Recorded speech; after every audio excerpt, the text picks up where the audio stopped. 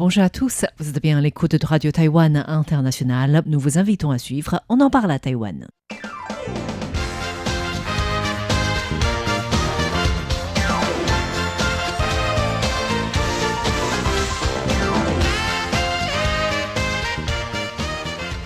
Bienvenue à l'écoute de On en parle à Taïwan, animé cette semaine par Sasa, Fix et Meg. Alors aujourd'hui, nous allons pas parler de la pluie et du beau temps, pour une fois.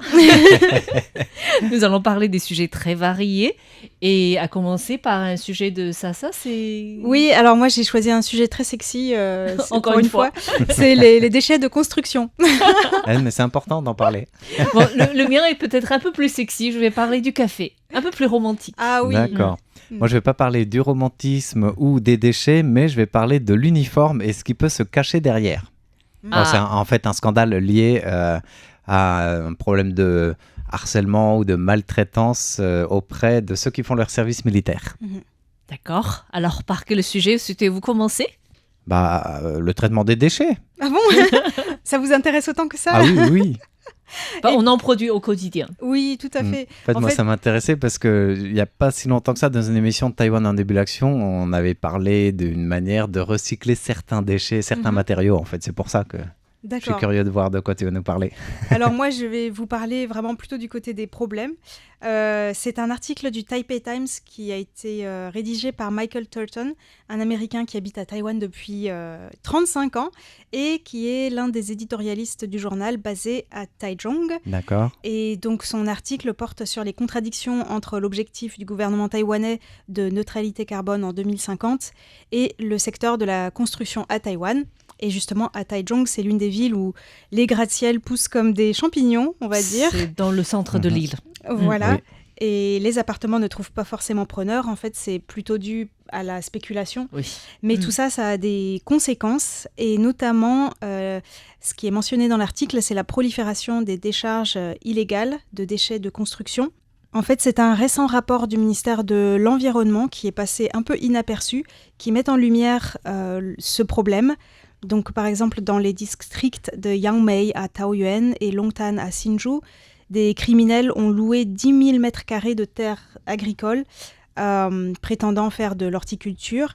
Et ils ont ensuite récupéré 40 000 et 50 000 mètres cubes de déchets de construction provenant de divers chantiers et ont facturé leur élimination à un prix inférieur au tarif habituel. Donc ils ont fait un petit peu ce qu'on appelle la méthode de Yi Sanche que Grégoire Ramé, un chercheur que j'avais interviewé sur l'extraction de sable, nous avait expliqué, c'est-à-dire les gens... 3 utilisations différentes. Voilà, 3 utilisations, 3 occasions de faire du profit sur une seule terre. Ce qui est tout à fait pas légal. Tout à fait. Donc en fait, creuser un grand trou, déjà vendre les graviers et le sable aux constructeurs pour faire du béton. Ensuite, mettre des déchets de construction, par exemple, et ensuite juste mettre une petite couche de terre pour l'agriculture. Enfin, en fait, on ne peut pas vraiment faire de l'agriculture dessus. Du coup, le troisième profit, il vient d'où ? Alors normalement, là, ce n'était pas le cas parce que c'était des terrains loués, mais parfois, ça peut être carrément revendu à des agriculteurs qui, du coup, n'ont pas beaucoup de chance et du coup, se retrouvent avec une terre inutilisable. Et donc, le parquet de Taoyuan a inculpé 33 personnes en lien avec cette affaire. Je veux quand même préciser que c'est quelque chose qui n'arrive pas qu'à Taïwan. Ça arrive aussi en Europe récemment, ce genre de choses. Et l'article mentionne aussi qu'à Miaoli, l'année dernière, aussi dans le centre de Taïwan, une affaire a conduit à la saisie d'environ 650 000 euros, en dollars taïwanais, et 39 camions appartenant à plusieurs entreprises. Ils avaient recouvert des déchets de construction sur l'équivalent de 5 terrains de football. Waouh. C'est pas mal quand même. Il y a aussi des personnes qui mettent des déchets de construction dans les étangs qui s'appellent Pitang à Taoyuan. C'est vraiment des étangs... C'est prévu pour des irrigations, en fait. Oui. Donc, c'est vraiment des gros problèmes. Parce que là, on parle d'enfouir ou de cacher ces déchets, mais il y a aussi tout l'aspect de la pollution du sol ou des étangs en question, n'est-ce pas ? Et moi, je pensais que cette question était un petit peu terminée, mais d'après l'Agence nationale de gestion foncière, Taïwan a recensé près de 5 900 cas de dépôts sauvages entre 2016 et 2024. Donc, ça fait quand même beaucoup. En sachant que le secteur immobilier fait tourner l'économie de Taïwan aussi, en fait, en quelque sorte. Tout à fait. Et donc, il y a quand même eu des progrès, notamment pour les déchets industriels, donc qui ne sont pas les déchets de construction. Notamment, le gouvernement a mis en place un système très strict de caméras, GPS, etc. dans les camions qui doivent apporter ces déchets industriels aux endroits où ils sont traités. Donc, il y a tout un suivi comme ça, quoi. Voilà, mais pour les chantiers qui sont éphémères, et il y en a tellement, c'est peut-être beaucoup plus difficile à suivre. Oui. Alors, en tout cas, Michael Thornton souligne que les déchets de construction et le besoin de décharge met en lumière plusieurs problèmes. Donc, déjà, le parc immobilier taïwanais vieillit. En 2024, 34% des bâtiments taïwanais avaient plus de 40 ans. La plupart sont construits en béton. Et en fait, le béton, c'est fait pour durer à peu près 50 ans. Après, ça commence à avoir des problèmes de sécurité, surtout à Taïwan, où les constructions ne sont pas toujours faites pour durer très très longtemps. Et selon une étude récente sur la durabilité de la construction, réalisée par l'Université nationale de Taipei, Taïwan démolit chaque année 2,5 millions de mètres carrés de surface au sol, générant 2 millions de tonnes de déchets de construction. Ça fait vraiment tourner la tête. Oui. Et le problème aussi, c'est que ces déchets relèvent de deux organismes. Il y en a certains qui relèvent du ministère de l'Environnement et d'autres du ministère de l'Intérieur. Donc ça crée des problèmes de supervision, de chevauchement, de compétences, etc. Et les technologies de recyclage rentables, d'après cet article, sont rares et l'espace dans les décharges limité. Je ne sais pas si ton procédé miracle Mon procédé miracle, il concernait essentiellement des matériaux de construction liés au métal, enfin aux différents métaux en fait, même acier, mais ça reste limité et en effet, ça peine à trouver preneur parce que c'est pas rentable aujourd'hui. Il faut vraiment investir avant pour pouvoir le rentabiliser et c'est à petite échelle, c'est pas non plus à grande échelle. Donc, et je sais pas s'il n'y a pas des gens qui soutiennent ça, c'est compliqué de se lancer, c'est sûr. Et je ne sais pas si tu as vu les chantiers de démolition à Taipei. Par exemple, moi, j'en vois depuis le métro.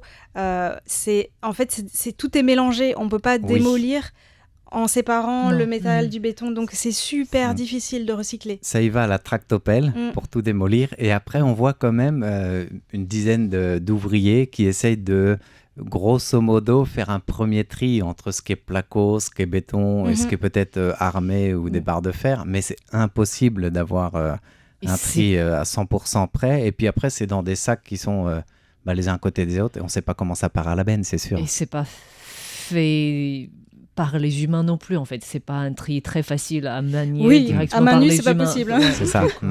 Ça demande beaucoup de machines. Ouais. Et en fait, c'est vrai que toute cette partie de démolition, souvent, elle n'est pas prise en compte dans ce qu'on appelle le cycle de vie du bâtiment, notamment pour calculer son impact sur l'environnement. Et du coup aussi sur le réchauffement climatique. Donc Michael Thornton rappelle que la construction, c'est un émetteur important de carbone qui contribue au réchauffement climatique. À l'échelle mondiale, le secteur du bâtiment est responsable d'environ 37% des émissions de carbone et la production de ciment à elle seule représente environ 8% de ces émissions. Wow. Plus en fait tout ce qui est énergie, dans le sens où parfois les immeubles en béton nécessitent forcément, parce qu'ils sont mal intégrés à l'environnement, enfin c'est pas vraiment réfléchi pour être bioclimatique, ils nécessitent de la climatisation par exemple. Donc encore des dépenses d'énergie. Et aussi, bien sûr, tout ce qui est l'extraction de sable, dont j'avais parlé dans les émissions. Tout ça, c'est vraiment des problèmes assez colossaux, sachant que Taïwan va sûrement devoir avoir de plus en plus de chantiers pour rénover, si encore on rénovait, mais non, pour raser et reconstruire. On ne rénove pas souvent à Taïwan tous ces vieux bâtiments. Donc, Michael Thornton précise que la ville de Taipei a récemment désigné 93 zones de rénovation urbaine. En fait, rénovation urbaine, souvent, c'est on rase et on reconstruit. Ce n'est pas vraiment de la rénovation au sens où on l'entend en Europe. Donc, en tout, c'est plus de 1200 hectares à Taipei qui vont être modernisés. On peut dire ça comme entre guillemets, oui. Parce que la rénovation sur un bâtiment existant qui ne va pas être entièrement détruit, c'est souvent parce qu'il est classé. Et que là, on va essayer de le fait. rénover ou le remettre au goût du jour, même selon les procédés d'époque. Et ça reste bien trop rare, c'est sûr. Sinon, à Taïwan, il y a un nouveau type, c'est aussi ce qu'on appelle relifting de façade et installer des ravalement de façade, ascenseurs. oui. Oui, mais c'est pas complètement la rénovation non plus, en fait. Tout à fait. Donc, Mais ça fait quand même moins de déchets de construction parce que tu as moins de... c'est sûr. T'as pas tout rasé, démolir pour après refaire venir ce que tu viens de démolir, quoi, en plus neuf. C'est sûr. Il y a aussi les projets énormes comme Aérotropolis à Taoyuan ou d'autres projets à Taoyuan où il y a des très grandes superficies de rizières qui vont être rasées. Et du coup, Michael Turton se demande comment, dans ces conditions-là, le gouvernement taïwanais pourra atteindre la neutralité carbone en 2050, parce que c'est pas juste la transition vers des énergies renouvelables, en fait. Oui. Et donc, pour cela, je me permets de rajouter ce dont on avait parlé avec un chercheur de l'association Wild at Heart Legal Defense à Taïwan. Donc, le fait que non seulement Taïwan, mais en fait tous les pays du monde ne parlent pas de neutralité carbone, mais de net zero. Donc, pourquoi net ? C'est parce qu'en fait, ils vont continuer à émettre, mais ils vont compenser, entre guillemets, avec en fait un système déjà financier et des solutions qui ne sont pas vraiment toujours positives pour l'environnement. Le système financier, c'est-à-dire acheter des crédits carbone, par exemple. Tout à fait. Donc on n'a pas vraiment de solution pour l'instant. Tout à fait, ouais. On n'a pas énormément de solutions pour l'instant, mais pour aller directement au chapitre des solutions, Michael Turton préconise d'essayer de construire moins à Taïwan. Il note que, en tout cas, ce n'est pas du tout dans les objectifs du gouvernement. C'est à l'inverse du développement, de l'évolution démographique de Taïwan aussi. En plus, tout à fait. Donc déjà, il préconise d'utiliser les bâtiments déjà existants, de construire moins, aussi d'utiliser davantage de bois dans la construction. Alors ça, je pense que c'est pas si facile que ça, parce que comme Taïwan protège ses forêts actuellement, en fait, il y a 99% du bois utilisé en construction à Taïwan qui est importé, et ce qui n'est pas forcément très bon pour l'environnement. Et non après, plus. Ça dépend des forêts dans lesquelles il est extrait. Mais il y en a qui parlent des matériaux plus verts, entre guillemets, en fait, de construction. Oui, alors, ils peuvent être recyclés. Tout à fait. Alors, je connais bien puisque je fais une émission, les joies de l'éco-construction. Le souci, c'est que pour que ça soit accepté à grande échelle à Taïwan, il faut un changement des modalités, des mentalités et un peu des modes de vie quand même. Et pour l'instant, c'est encore un courant marginal, mais c'est intéressant quand même, bien sûr. Et je pense aussi qu'il y a, ça je rajoute par rapport à l'article, il y a l'architecture bioclimatique qui est très intéressante aussi. Mais ça demande, d'avoir une politique au niveau municipal, parce que c'est pas juste un bâtiment qui peut être bioclimatique, c'est un peu l'aménagement du quartier. C'est ça. Pour étudier, le vent, enfin l'orientation du vent, du soleil, etc. Comment faire. Et ces bâtiments-là sont aussi moins hauts en étage, donc on met moins de personnes dedans que les gratte-ciels qui sont entre guillemets pratiques et rentables pour l'immobilier actuel, quoi. Tout à fait. Donc, comme disait Meg, comme l'économie est quand même pas mal tirée par l'immobilier, il y a encore du chemin à faire, mais voilà. On construit même si on n'en a pas besoin pour habitation. C'est ça qui est impressionnant. Il y a 23 millions d'habitants à Taïwan, il y a quasiment plus de nouveaux immeubles. Tous les jours, il en pousse, tu disais, comme des champignons. Moi, j'ai l'image comme des petits pains. Et puis, on se dit, ils sont presque vides, en tout cas, ils ne sont pas entièrement pleins, et on en fait encore des neufs, où on rase pour refaire. Suite au prochain On en parle à Taïwan, puisque Michael Turton a écrit un deuxième article qui est très intéressant, c'est qui pourrait bien habiter dans ces immeubles vides. Fantômes. Et non, pas les fantômes, justement. Des investisseurs étrangers. Là, on parle plus de Chinois, en tout cas. Et peut-être si. Mais justement. Mais moins. Voilà, et maintenant, nous allons parler d'un autre sujet un peu plus romantique cette fois-ci, parce qu'on va parler du café. Oui. Y a rien de... Ça m'intéresse. Ça t'intéresse? Et pas qu'au petit déjeuner. C'est parce qu'il y a un Taïwanais de 37 ans, Lin Shaoxing, qui vient de remporter le championnat international de l'art de latte. Latte art. J'ai l'impression que les deux se disent en français, en fait. Latte art, c'est-à-dire dessiner avec des mousses du lait sur un café, en fait.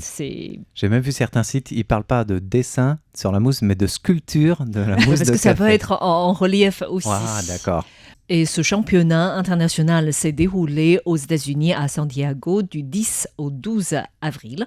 Et il y avait 33 personnes, on peut dire baristas, ont participé à cette compétition. Et au final, c'est Lin Shaoxing qui a décroché la médaille d'or avec des motifs, notamment des animaux qui l'ont marqué pendant son enfance. Donc, c'est notamment le panda roux, le raton laveur, girafe et bulldog français. Ah bah c'est D'accord. original pour une C'est fois. original. Quand tu parlais d'animaux, je me suis dit ça va être des animaux endémiques de Taïwan. Ouais. Bah non, c'est ceux de son enfance. Pas du tout. Il a surtout précisé que c'était des animaux qu'il avait vus au zoo avec ses parents en étant petit et qui l'ont marqué en fait. Mais je doute qu'il a eu des bulldogs français dans les zoos de Taïwan. En tout cas, c'est si ça pas l'a vrai. marqué, j'espère que c'était pas trop profond comme entraille. Alors, il a dit pour l'épreuve préliminaire, il fallait faire 4 cafés en 8 minutes. Et il avait choisi le raton laveur et le bulldog français. Et sur ces 4 cafés, 2 devaient être faits à partir du lait de céréales. Donc, ça rendait encore plus difficile pour la C'est sculpture. pas le même travail. C'est pas le même travail. Et pour la compétition, la finale, il fallait faire 6 cafés en 10 minutes.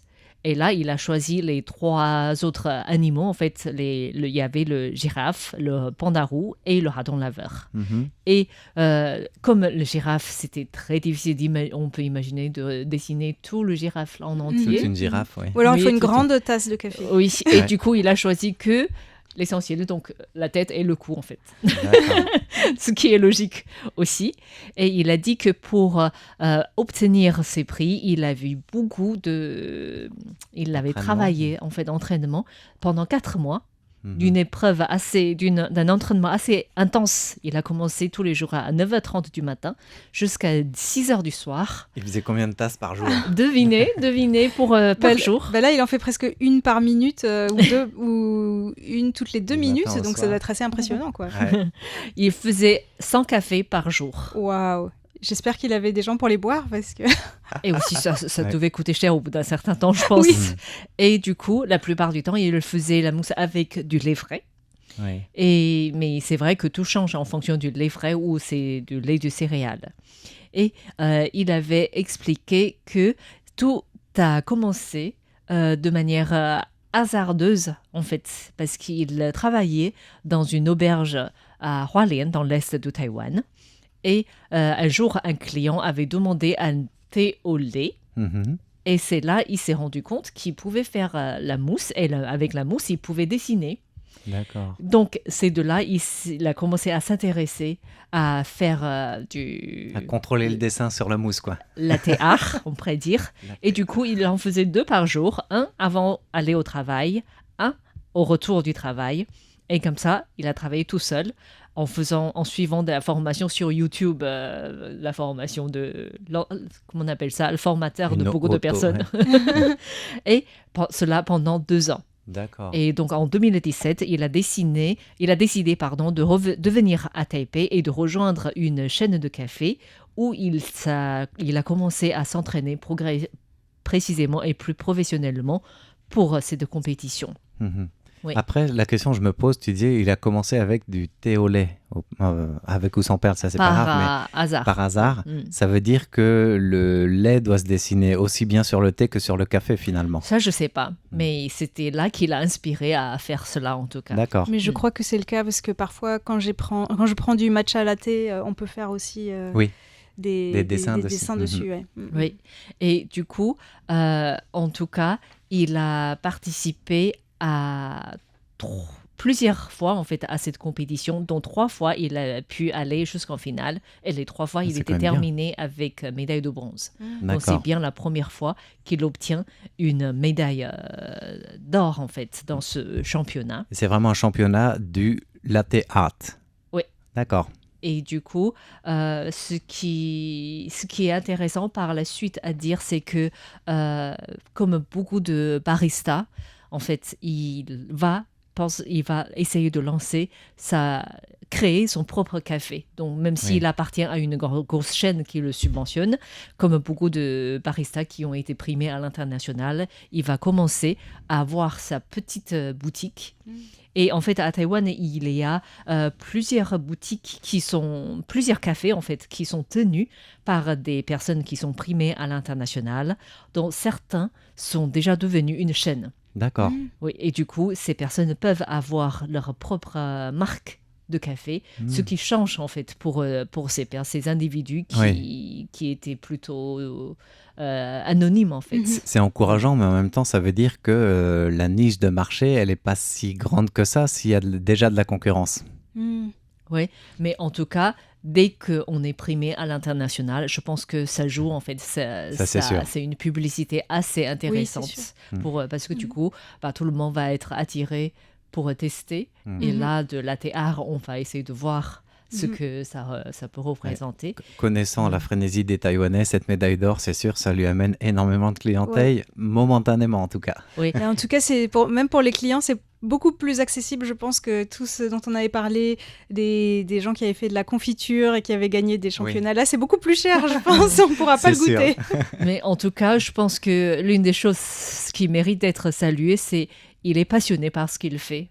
Donc, c'est quelqu'un qui est absolument heureux en fait dans son travail, et il a dit que malgré les défaites qu'il a connues en fait lors des compétitions internationales, il a toujours eu des retours très positifs de la part des jurys qui admirent ses dessins, et beaucoup de personnes aiment le fait que ce soit des animaux qui font sourire. D'accord. Et du coup, c'est sa marque, on pourrait dire, sa spécificité. Donc, lorsqu'il réalise un latte art, la plupart du temps, c'est des animaux. D'ailleurs, on a mis une photo sur l'article de On en parle à Taïwan sur notre site, si vous avez envie de voir à quoi ça ressemble.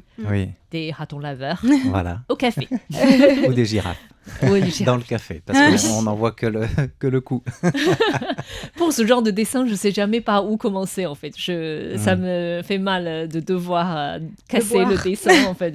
Voilà, c'est sûr. Tu achètes la tasse, puis après tu laisses comme ça, quoi. Alors, on va parler d'une autre tasse qui est plus dure à digérer, maintenant, dans un tout autre sujet.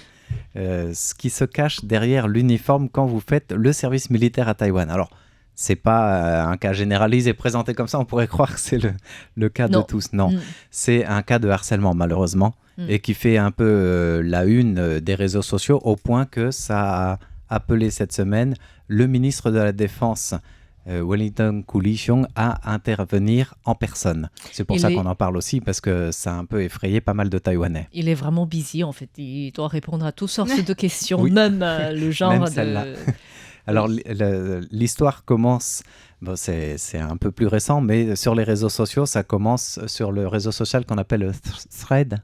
Thread, qui appartient au Meta, en fait. Oui, et où il y a l'histoire d'un jeune conscrit taïwanais qui a expliqué avoir été maltraité pendant les 4 mois de son service. Alors, le service, il fait 1 an, mais on peut faire en plusieurs fois. Et ce qu'on appelait, nous, les 3 jours en France il y a quelques années, c'est ce qu'on appelle les 4 mois à Taïwan, qui sont vraiment obligatoires. Le premier b.a.-ba de la formation, c'est la partie la plus ingrate quand on fait son service militaire, parce que c'est là où on fait toutes les tâches que les autres n'ont pas envie de faire. On va nettoyer, récurer avec la brosse à dents, les toilettes, la salle de bain. Enfin, j'exagère. C'est pour les mettre dans l'ordre. Voilà. Sans parler du parcours du combattant.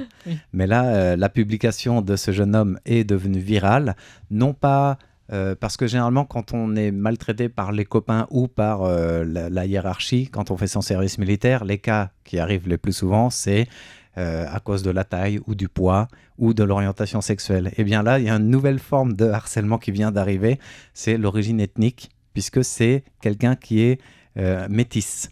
Il est taïwano-japonais, et il s'est fait maltraiter pendant un traitement discriminatoire qu'il a dénoncé pendant toute la période de son service dans le centre d'entraînement armé de Ilan, donc au nord-est de Taïwan, par directement le capitaine qui était en charge de leur formation en fait. Alors quel type de maltraitance il a eu qui ont fait que ça a été... ça a choqué en fait la toile à Taïwan, la société, jusqu'au ministre de la Défense. Bien, tout simplement, les insultes qu'il a eues tout le temps lors de l'appel, lors de même des réunions de groupe où ils doivent tous se réunir avant de dire quel travail on va faire ou quel sport on va faire ou quelle formation on va faire aujourd'hui. Lui n'était pas appelé par son nom ni par son matricule, mais il était appelé genre sale petit japonais ou alors traître, etc. en référence au passé. Il doit être âgé, ce capitaine, non?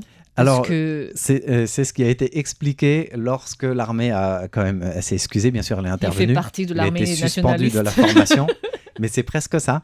En tout cas, il est imbibé de ça.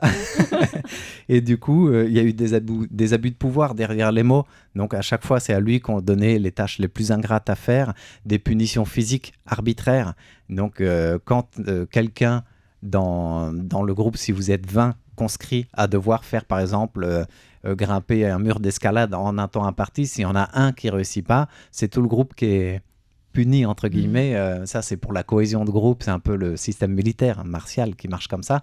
Et lui, il était tout le temps le seul puni, même quand il arrivait à faire les exercices. Et du coup, il passait 1 heure, voire 2 heures de plus, les mains en l'air, sans devoir bouger, torse nu, quand les autres pouvaient faire d'autres choses, par exemple. Et c'était vraiment lié à son origine ethnique. C'est comme ça que lui l'a présenté, qu'il a été soutenu par d'autres conscrits qui ont aussi dénoncé ces abus. C'est plusieurs types de châtiments corporels déguisés. C'était le souffre-douleur de ce capitaine. Et vu que le capitaine l'appelait tout le temps en référence à ses origines japonaises, par un de ses 2 parents, ça a été considéré comme en effet discriminatoire à cause de ses origines ethniques. Voilà, il a dénoncé ce capitaine, apparemment c'est un galon de capitaine quand même qui les formait, qui l'aurait même défié, sous-entendu de moi je crains rien parce que je suis gradé, donc tu peux porter plainte si tu veux, en disant de toute façon la ligne d'assistance, numéro de téléphone d'assistance pour ce type de discrimination, ça servira à rien parce que je suis au-dessus. Voilà, sous-entendu, encore une discrimination ou une pression supplémentaire sur lui, quoi. Il a quand même appelé la ligne d'assistance, évidemment. Il a été heureusement soutenu par d'autres supérieurs hiérarchiques qui ont vraiment vu qu'il y avait un abus, ce qui a fait que quand l'affaire a été médiatisée, l'armée est tout de suite intervenue.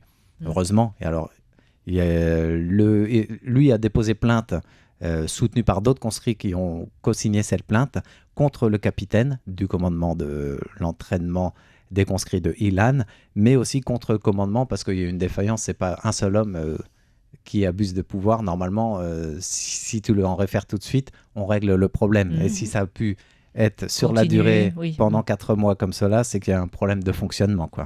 Alors l'armée a exprimé, je cite, sa profonde douleur face à un comportement qu'elle qualifie de défaillance disciplinaire et elle s'est engagée à voir là où ça a failli pour faire mieux la prochaine fois, en espérant qu'il n'y aura pas de prochaine fois, bien sûr.